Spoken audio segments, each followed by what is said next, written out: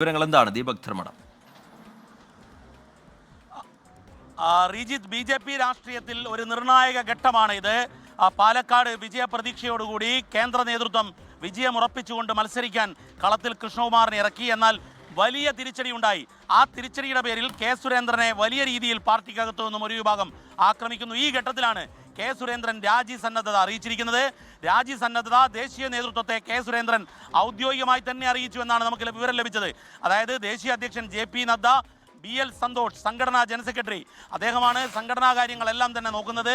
BL സന്തോഷിനെയും അദ്ദേഹം നേരിട്ട് K Surendran രാജി സന്നദ്ധത അറിയിച്ചു. പാലക്കാട്ടെ തോൽവിയുടെ ധാർമ്മിക ഉത്തരവാദിത്തം ഏറ്റെടുക്കുന്നു.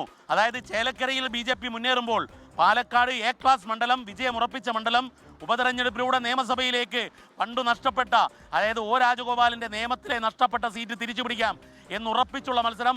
ആ മത്സരത്തിലെ തിരിച്ചടിയുടെ ധാർമ്മിക